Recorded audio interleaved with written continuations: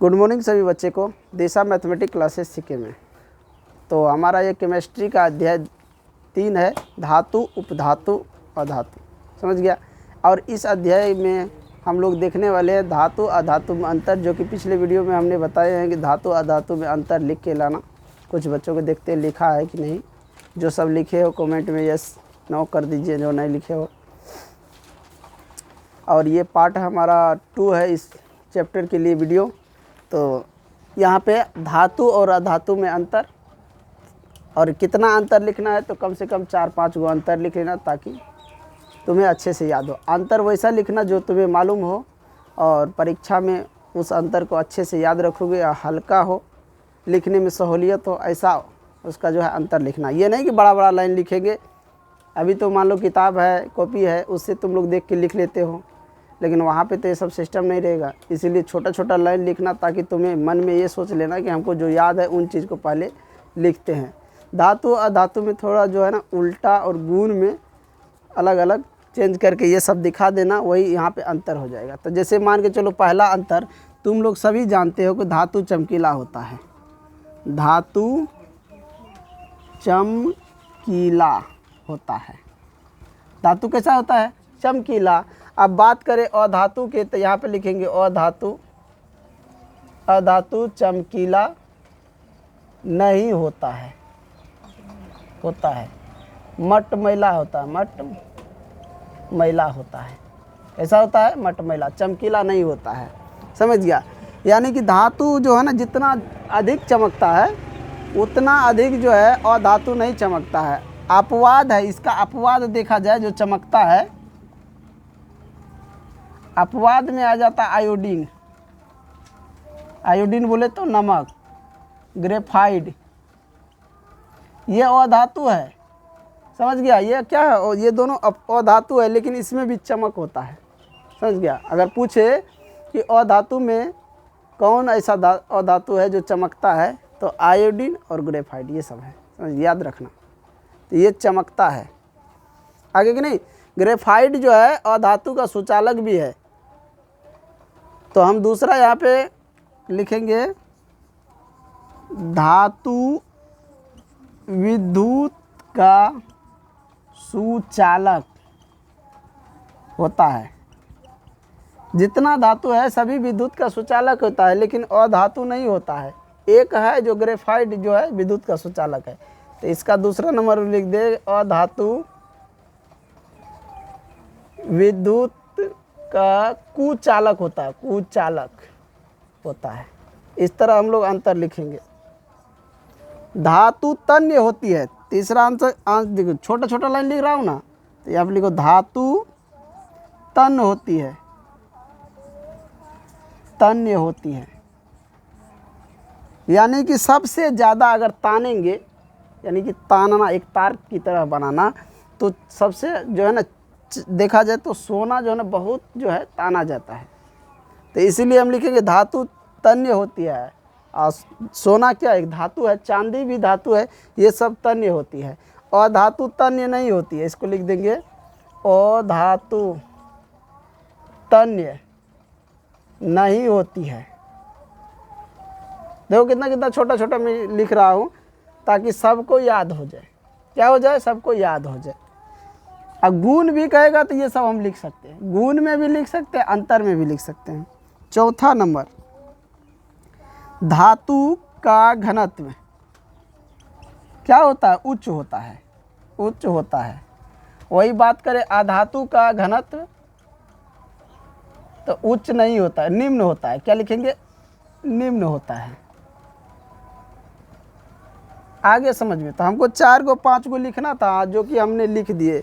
चाहे तो आगे एक और लिख सकता है, धातु का द्रव्यमानक और गलनांक उच्च होता है, और धातु का द्रव्यमानक और गलनांक निम्न होता है, कम होता है। तो 5वां नंबर में क्या लिखोगे कि धातु का जो है ना द्रव्यमानक और गलनांक उच्च होता है, और अधातु का द्रव्यमानक और गलनांक निम्न होता है। ये 5 गो अंतर हो गया। समझ गया कि नहीं। अब मैं यहाँ पे उपधातु का थोड़ा सा डिफिनेशन ले लेता हूँ, उसके बाद कुछ जो है संकेत ले लेता हूँ, फिर आगे मैं बढ़ता हूँ। चलो यहाँ पे मैं कुछ पॉइंट ले लिया हूँ। जैसे उपधातु है, तो उपधातु का डिफिनेशन कि जिसमें धातु और अधातु दोनों के गुण पाए जाते हैं उसको हम लोग क्या कहते हैं, उपधातु। जिसमें धातु और अधातु के दोनों के गुण पाए जाते हैं उसको क्या कहते हैं, उपधातु। समझ गया। उपधातु की संख्या पूछे कि कितना उपधातु है तो 7 है। कितना उपधातु है, 7। जैसे में ले लो, सिलिकॉन है, एंटीमनी, जर्मेनियम है, बिस्मार्क, ये सब है। समझ गए। तो ये सब क्या है, अधातु है। और अधातु की संख्या या सॉरी उपधातु 7 है, उनकी संख्या 7 है। सबसे महत्वपूर्ण जो है उपधातु सिलिकॉन है, सबसे महत्वपूर्ण। अगर उपधातु की बात किया जाए तो सबसे महत्वपूर्ण उपधातु की बात करें तो कौन है, सिलिकॉन है। अब मैं कुछ परमाणु संख्या यहाँ पे ले लिया हूँ। कुछ तत्व है जिनका संकेत दिया हुआ है, उनकी परमाणु संख्या कितना है। तो बच्चों याद रखना कि सभी जितने भी तत्व हैं उनकी परमाणु संख्या, तभी उनकी संयोजकता निकाल सकता है, उसके बाह्यतम कक्षा में इलेक्ट्रॉन की संख्या निकाल सकता है। समझ गया, आगे चलकर। समझ गया। तो ध्यान रखना कि जितने भी तत्व है उनका संकेत और साथ में परमाणु संख्या, ये याद रखना जरूरी है। समझ गया। जो कि अगले चैप्टर में हम बताएंगे कि परमाणु संख्या के आधार पर सजाया गया है तत्व को, किस विधि से सजाया गया है आवर्त सारणी में, ये अगले चैप्टर में हम बताएंगे। लेकिन तुम लोग इतना याद रखना कि तत्व जितने भी संकेत है तत्व है उनका परमाणु संख्या याद रखना। समझ गया। मैं उतना नहीं लिख रहा हूँ, 2-4 ठो ले लिया हूँ। समझ गया। क्योंकि आगे चलकर इन सब का ज़रूरत हमको है, इसीलिए इतना लिया हूँ। समझ गया। तो तुम लोग पूरे जितने भी है तत्व 118, 111 जो भी है उन सब को जो है ना क्या करना है, याद रखना है। तो धीरे धीरे याद करेगा सब याद होगा, एक ही साथ सोचेगा तो याद नहीं होगा। 10-20 करके याद कर लोगे तो पूरा याद हो जाएगा। चलो, पहला दिया है कि सोडियम, पहला Na क्या है, सोडियम। इसकी परमाणु संख्या पूछे, सोडियम की परमाणु संख्या थे 11 11। ये है मैग्नीशियम, Mg क्या है, मैग्नीशियम। इसकी परमाणु संख्या 12। अब बात करें ये Cu किसका संकेत है, बता सकता है कोई, जल्दी बताओ तो। Cu जो है ना कॉपर का संकेत है। Cu किसका है, कॉपर का संकेत। तो कॉपर का जो परमाणु संख्या होता है 29 होता है। कितना होता है, 29। Zn यानी जिंक की परमाणु संख्या 30। समझ गया। तो ये सब क्या है, परमाणु संख्या है। बात करें Hg क्या है, मरकरी बोल सकते हो या पारा बोल सकते हो। समझ गया। तो इसकी परमाणु संख्या क्या होता है, 80। Hg का परमाणु संख्या 80 होता है। Au सोना, Au क्या है, सोना। इसकी परमाणु संख्या 79, 79। समझ गया। ये क्या है, Ag का मतलब क्या हो, सिल्वर। किसका Ag संकेत है, सिल्वर का। तो सिल्वर का जो परमाणु संख्या होगा वो 47 होगा। आगे दिया है S यानी सल्फर। सल्फर की परमाणु संख्या 16। और ये P क्या है, फास्फोरस। ये नहीं कि P से पोटासियम बोल देना, वो क्या होता है, P है फास्फोरस, जिसकी परमाणु संख्या 15 होता है। Cl क्लोरीन, इसकी परमाणु संख्या 17 यानी कि 17। और Ca क्या है, कैल्शियम, जिसकी परमाणु संख्या 20 है। तो याद हो गया ना सभी बच्चे को। ये कितना है, 1 2 3 4 5 6 7 8 9 10 11 टू लिए थे। समझ गया ना। Sodium, magnesium, copper, zinc, mercury, सोना, सिल्वर यानी चांदी, और सल्फर, फास्फोरस, क्लोरीन, और ये क्या है, कैल्शियम। क्लोरीन और कैल्शियम। तो इस तरह जो है ना ये सब संकेत याद रखना, साथ में परमाणु संख्या याद रखना है। अब मैं यहाँ पे एक कक्षा बना रहा हूँ। क्या बना रहा हूँ, कक्षा। और उस कक्षे में कुछ तत्व को बैठा रहा हूँ। उस कक्षे में क्या कर रहा हूँ, कुछ तत्व को बैठा रहा हूँ। दिख रहा है, ये कक्षा बन रहा है। हम लोग इसको क्या बना रहे हैं, कक्षा बना रहे हैं। पहले कक्षा में कार्बन को क्या पोटेशियम ले लेता हूँ। समझ गया। दूसरे में लिथियम ले लेता हूँ, फिर मैं M ले लेता हूँ, N ले लिया, और यहाँ पे O ले लेता हूँ, और नीचे में P ले लेता हूँ। यानी ये पहला कक्षा हो गया। 1 2 3 4 5 6 गो कक्षा ले लिया हूँ। कितने कक्षा ले लिया हूँ, 6 गो। 1 2 3 4 5 6, कितने कक्षा ले लिए? 6 कक्षा। अब देखो इसमें, अब जैसे मान के चलो हम कार्बन लेते हैं, कार्बन की परमाणु संख्या 6 होता है, समझ गया? इसको संकेत में C लिखते हैं हम लोग, ठीक है। अब ऑक्सीजन लेते हैं, ऑक्सीजन की परमाणु संख्या 8 होते हैं, इसको संकेत में लिखते हैं O। अगर ऑक्सीजन गैस बोले तो O2 कर देंगे। ऑक्सीजन भी एक गैस है, लेकिन ऑक्सीजन के लिए O लेते हैं। फिर यहीं पे ऑक्सीजन गैस लिखा रहे तो O2 ले लेंगे, समझ गया? ये नहीं कि ऑक्सीजन बोले तब भी समझ लेना चाहिए ऑक्सीजन एक गैस है जो हम लोग सांस लेते हैं, समझ गया? अब यहाँ पे देखो कि इसका क्या फार्मूला होता है, ये जो हम लोग जिसकी 72 कक्षा में इलेक्ट्रॉन की संख्या निकालेंगे, समझ गया? ये परमाणु संख्या निकालेंगे तो इसका फार्मूला होता है 2n²। इसका फार्मूला क्या होता है? 2n², इलेक्ट्रॉन की संख्या का। किसका? इलेक्ट्रॉन संख्या का, इलेक्ट्रॉन की संख्या बराबर ये फार्मूला होता है 2n²। अब देखो यहाँ पे मान कर लो कि कौन सी कक्षा में है, ये जिस कक्षा में है उसको n मानते हैं, जिस कक्षा में है उसको क्या मानते हैं? n मानते हैं। तो n का मान 1, n का मान 2, n का मान 3, n का मान 4, n का मान 5। अब यहाँ पे देखो क्या किस कक्षा में है? पहली कक्षा में, तो 2 गुना n के मान 1 होगा पावर में 2। अब देखो 2 का पावर 1 का पावर 2, 1 को अगर 2 बार हम गुना में लिखेंगे 1 के होगा, 1 को गुना 2 से करेंगे तो 2 ये होगा। कितना होगा? 2 ये होगा।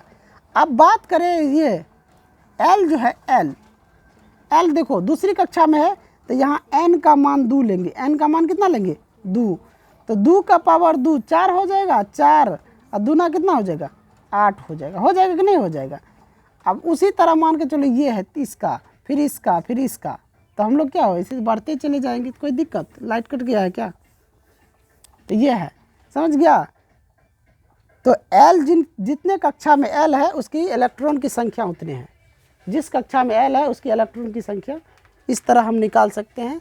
सबका इसी तरह हम लोग फास्फोरस का, ऑक्सीजन का इस तरह हम लोग निकाल सकते हैं। उसकी क्या परमाणु संख्या, क्या कहते हैं, सॉरी, इलेक्ट्रॉन की संख्या, वो हम निकाल सकते हैं।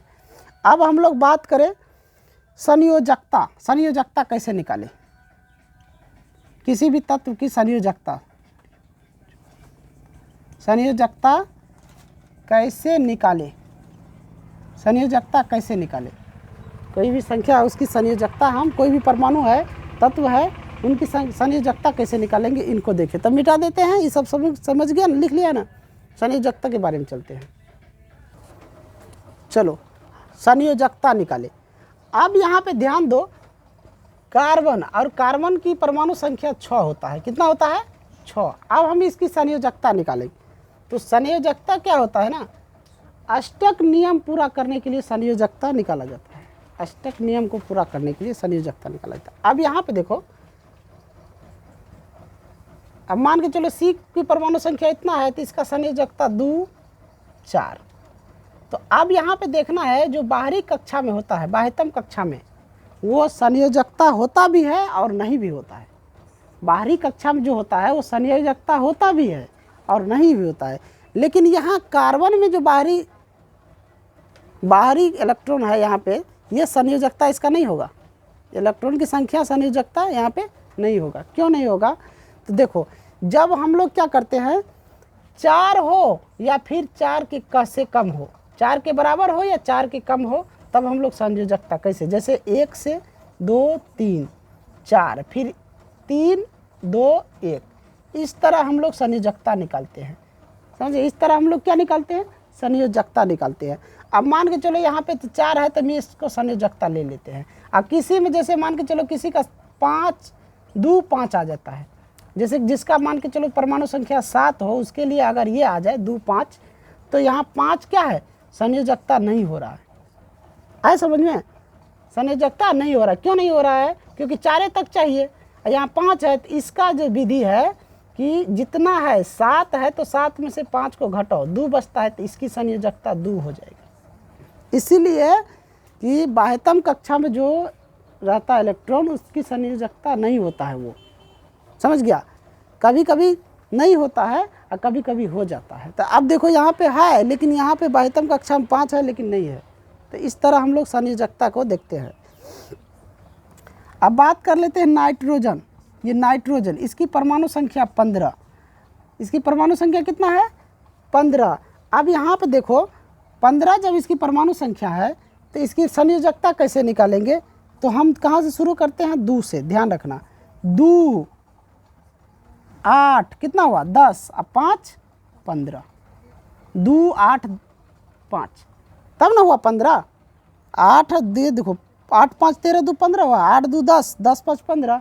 तो अब यहाँ पे ये संयोजकता नहीं हुआ, हम लोग निकालेंगे कैसे फिर?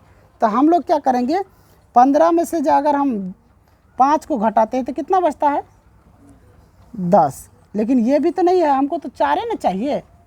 तो 4 के लिए यहाँ पे जब 10 को लिखेंगे तो 2 8 10 होता है ना। तो हम क्या करें फिर 8 में से इसको घटाना पड़ेगा। इसको 8 में से, अष्टक नियम है ना, इसीलिए यहाँ पे से इसके में से घटाओ इसको। यानी कि 8 में से 5 को घटाएगा 3 आएगा। यही संयोजकता यहाँ पे होगा, समझ गए। याद रखना कि ये इसका संयोजकता होगा। नहीं तो इसका संयोजकता ये नहीं कि 15 है तो हम लिख देते हैं, तो वो नहीं होगा यहाँ पे, समझ गया। अष्टक नियम यानी 8 में से हम घटाएंगे, जब ऐसा स्थिति आए तब हमारा संयोजकता निकलेगा। अब मान के चलो कि हम नाइट्रोजन में ले लेते हैं। नाइट्रोजन तो ले लिया। ऑक्सीजन, ऑक्सीजन का परमाणु संख्या 8 होता है। ऑक्सीजन का कितना होता है? 8। अब कि इसकी संयोजकता पूछे तो 2 और 6। अब यहाँ पे देखो तो ये 6 2 8 हो गया। अब इसकी संयोजकता ये नहीं समझ लेंगे कि 6 इसकी संयोजकता है। इसके लिए हम क्या करेंगे, 8 में से 6 को घटाएंगे 2, यही संयोजकता होगा। इसकी ऑक्सीजन की संयोजकता क्या होगा? 2 होगा। ये नहीं कि हम लोग 8 बोल देंगे। है समझ में। अब सोडियम, बात करें सोडियम की। सोडियम की परमाणु संख्या कितना होता है? 11। अब इसकी संयोजकता कैसे निकालेंगे? 2 8 1 तब ना होगा 11। तो यहाँ पे देखो बाह्यतम कक्षा में जो इलेक्ट्रॉन है वही संयोजकता हो गया। यहाँ पे भी हो रहा था, यहाँ पे नहीं हो रहा था, यहाँ पे भी नहीं हो रहा था, लेकिन यहाँ पे हो गया है। बाह्यतम कक्षा में जो इलेक्ट्रॉन है वही उसकी संयोजकता हो गया, क्योंकि एक इसमें है एक यहाँ पे आ गया, इसकी संयोजकता 1 हो जाएगा। अब जो उसी तरह मान के चलो सल्फर, जो सल्फर है S, इसकी परमाणु संख्या 16 है। तो 16 को किस तरह हम निकालेंगे? तो 2 8 और 6, 8 2 10 6 16 हुआ ना। तो अब ये संयोजकता नहीं हुआ, क्योंकि ये देखो इसमें है नहीं है, 4 तक होता है, 4 से ज़्यादा है। तो 8 में से 6 को घटाएंगे तो 2 हो जाएगा इसकी संयोजकता। क्या हो जाएगा? 2 हो जाएगा। समझिए क्या हो जाएगा? 2। ये इलेक्ट्रॉन संख्या 6 हो गया लेकिन इसकी संयोजकता 2 हो गया। अब बात कर लेते हैं कैल्शियम की। तो कैल्शियम की परमाणु संख्या 20 होता है। कितना होता है? 20। कैल्शियम की परमाणु संख्या कितना होता है? 20। अब 20 को देखें, लिखेंगे 2 8 8 और 2। तो आप देखो 8 2 10 8 2 10 हुआ कि नहीं। तो हम यहाँ पे देखते हैं बाह्यतम कक्षा में इलेक्ट्रॉन की संख्या 2 है तो संयोजकता भी 2 होगा। संयोजकता भी कितने होगा? 2 होगा, क्योंकि 2 इस लाइन में है कि नहीं। 1 से 4 के बीच में 2 है और 1 और 4 ही आना चाहिए और बीच वाला आना चाहिए, ना कि 1 से कम और ना कि 1 4 से ज़्यादा संयोजकता होता है। तो इसीलिए इसमें संयोजकता निकल गया। और भी तत्व ऐसे ले सकता है, समझ गया। तो अब यहाँ पे देखो कुछ हम यहाँ पे पॉइंट दे देता हूँ, तुम लोग अपना बना के लाना। यहाँ पे तत्व ले लेना, समझ गया। यहाँ पे परमाणु संख्या ले लेना, संख्या। इसके इस साइड ले लेना क्या? बाह्यतम कक्ष में इलेक्ट्रॉन की संख्या। बाह्यतम कक्ष में इलेक्ट्रॉन की संख्या EL लिख देता हूँ, समझ लेना तुम लोग। इलेक्ट्रॉन की संख्या, उसके एक और खाड़ी बना लेना, इसमें लिखना संयोजकता। समझ गया। इसमें क्या लिखना? संयोजकता। अब जैसे मान लो ऑक्सीजन का निकालना है, ऑक्सीजन के बाद सोडियम का निकालना है, सोडियम क्लोरीन का निकालना है, क्लोरीन के बाद मान लो चलो मैग्नीशियम का निकालना है, अब मैग्नीशियम के बाद और भी ले लेते हैं, फास्फोरस का निकालना है, पोटासियम का निकालना है। इस तरह तत्व जितने हैं सबका निकाल सकता है तुम लोग। संयोजकता, परमाणु संख्या सीरियली नंबर से चाहे तो निकाल सकता है आराम से, कोई दिक्कत नहीं। तो तुम लोग होमवर्क में HW में क्या लेगा, इससे 20 तत्व, 20 तत्व, तत्व की संयोजकता याद रखना कि 20 गो तत्व लेंगे, इस तरह एक ढांचा बना के, समझ गया। उस ढांचे में सबको लिखेंगे, आप फिर जो है फिगर ऐसे ले लेंगे, ड्रॉ कर देंगे जो ये खाड़ी बनाया हूँ, और उसमें सब परमाणु संख्या लिखेंगे, इलेक्ट्रॉन की संख्या बाह्यतम कक्षा में जो होगा उसको लिखेंगे, और संयोजकता जो होगा इधर लिखेंगे। समझ गए। याद रखना अगर 4 से ज़्यादा हो तो 8 में से घटा के संयोजकता निकालना, ये याद रखना। समझ गया। मिटा दे इनको, आगे बढ़े। एक बात यहाँ पे ध्यान रखना, जब बाह्यतम कक्षा में इलेक्ट्रॉन, बाह्यतम कक्षा में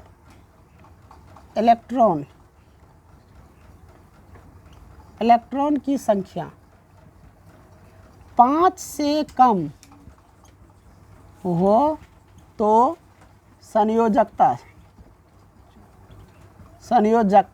और इलेक्ट्रॉन दोनों बराबर होगा। याद रखना, क्या याद रखेगा, जब बाह्यतम कक्षा में इलेक्ट्रॉन की संख्या 5 से कम हो तो संयोजकता और इलेक्ट्रॉन दोनों बराबर होगा। अब 5 से कम का मतलब ये नहीं कि 4.50 हो जाए, तब तो 4 से ज़्यादा। कम का करने का मतलब कम, यहाँ पे ये भी कम ही होता है, लेकिन मेरा कहने का मतलब हुआ 5 से कम, जैसे 4 है, 3 है, 2 है, 1, ये मेरे कहने का मतलब है। अब तुम लोग बोल देना कि बोले थे 5 से कम, तो 5 से कम यहाँ 4.1 आया, 4.2 आया, तो ये सब संयोजकता के बराबर है, तो ये सब नहीं है। इस पर थोड़ा तुम लोग ध्यान देखना। 5 से कम बोलने का मेरा मतलब हुआ कि यहाँ पे 1 की कमी हो, 1 की कमी हो। समझ गया। अब इस चैप्टर में हम लोग क्या सब पढ़ेंगे, थोड़ा उनको देख लो, क्या चीज़ छूटा हुआ है, किन सबको पढ़ना है। सबसे पहला नंबर में तो हम खनिज को पढ़ेंगे, खनिज। दूसरी की बात किया जाए तो अयस्क, और तीसरी की बात किया जाए निष्पादन, और चौथी की बात किया जाए तो ये हो जाता है भर्जन, और 5वां नंबर में बात किया जाए तो संक्षारण। ये सब बच गया है। इसके अलावा भी अगर कोई पॉइंट बचेगा इसमें तो वो हम उसको भी देख लेंगे, लेकिन अभी जो फिलहाल इसके बाद जो हम लोग को पढ़ना है तो ये सब। तो खनिज किसको कहते हैं, तो यहाँ पे लिख लो। सबसे पहले नीचे से शुरू करते, संक्षारण को ही ले लो, क्वेश्चन बना लो। संक्षारण किसे कहते हैं, संक्षारण किसे कहते हैं, लिखो। वायुमंडल में नमी, आर्द्रता और अम्ल, और को हटाओ, अम्ल व गैसों के कारण धातुओं के खराब होने को संक्षारण कहते हैं।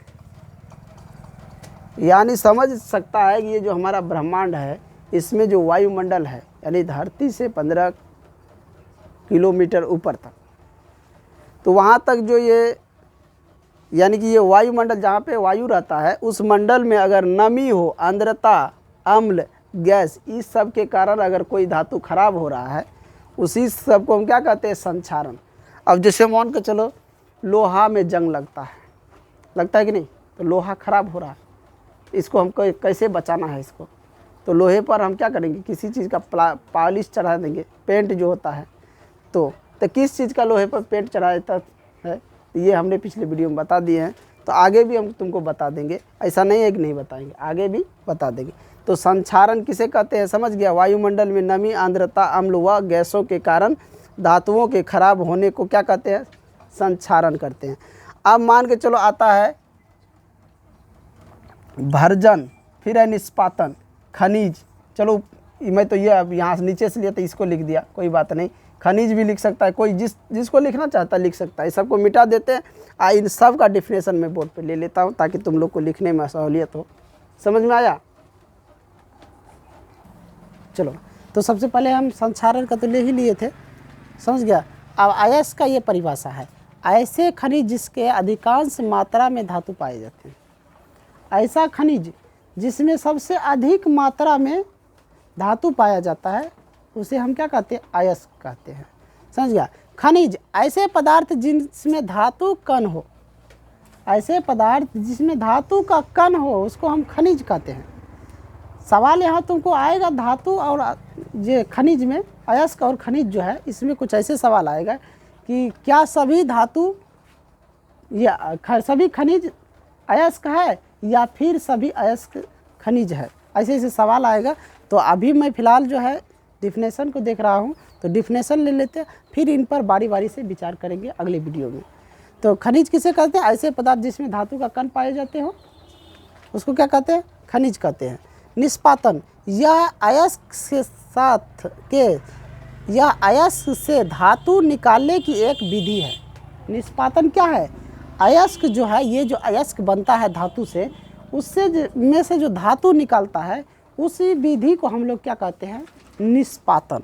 उस विधि को क्या कहते हैं, जैसे ऑक्साइड कार्बोनेट अयस्क को यानी कि ऑक्सीजन की अनुपस्थिति में गर्म कर इससे धातु निकाले जाते हैं। समझ गया। अयस्क को क्या करते हैं, ऑक्सीजन की अनुपस्थिति में इसको गर्म किया जाता है और फिर निकाला जाता है। क्या निकाला जाता है, धातु। क्या निकाला जाता है, धातु। तो याद रखना निष्पातन क्या है, एक विधि है अयस्क से धातु निकालने की। अब आता है कि भर्जन किसको कहते हैं। तो सल्फाइड अयस्कों को वायु की उपस्थिति में गर्म करने पर धातु को ऑक्साइड में बदलने की विधि को, समझ गया, जो मतलब कि भर्जन का काम है कि वायु की उपस्थिति में उसे गर्म किया जाता है, धातु को, अयस्क को गर्म किया जाता है ऑक्सीजन की उपस्थिति में। अब फिर गर्म करके धातु के ऑक्साइड में बदल देते हैं, धातु के ऑक्साइड में बदल देते हैं। उसी विधि को हम लोग क्या कहते हैं, भर्जन करते हैं। समझ गया। और भी इस चैप्टर में है जस्तीकरण है, इसका नाम दूसरा नाम, जस्तीकरण का दूसरा नाम है यसद लेपन। कार्बनिक यौगिक दो होते हैं, अकार्बनिक यौगिक, कार्बनिक यौगिक, और मिश्र धातु भी बचा है। धातु और धातु के मिलने से मिश्र धातु होता है। गैंग होता है। गैंग का मतलब ये नहीं कि गुंडा का गैंग, ये गैंग अलग है केमिस्ट्री में। समझ गया। एनोडीकरण है जो एल्युमिनियम के बारे में बताएंगे तो अगले वीडियो में। तो सभी बच्चे वीडियो पर बने रहिए, वीडियो को लाइक और सब्सक्राइब कर दीजिए, ज़्यादा से ज़्यादा शेयर कीजिए, सभी बच्चे के पास जाए ताकि वो चैनल को सब्सक्राइब करें, लाइक करें और अपने जो महत्वपूर्ण समय जो है इस वीडियो पर दे, उसको पढ़े। जो पढ़ने वाले बच्चे हैं, कुछ बच्चे ऐसे दिन भर वीडियो देखता रहता है लेकिन वो ध्यान नहीं देता है कि क्या चीज़ हमको देखना है, क्या चीज़ नहीं देखना है। समझ गए। हम लोग इतना मेहनत कर किस लिए रहे, ताकि सभी बच्चे उसको ध्यान से पढ़े। जो गलती हो, जो समझ में न आए, उसे हमें बताए ताकि उसको अच्छे से समझाए। इन्हीं के साथ मैं इस वीडियो को एंड कर रहा हूँ। मेरे दोनों चैनल को सब्सक्राइब कर दीजिए, इंडियन पब्लिक स्कूल बराकरवा और दिशा मैथमेटिक्स क्लासेस सीखे। समझ गया। जय हिंद, जय भारत।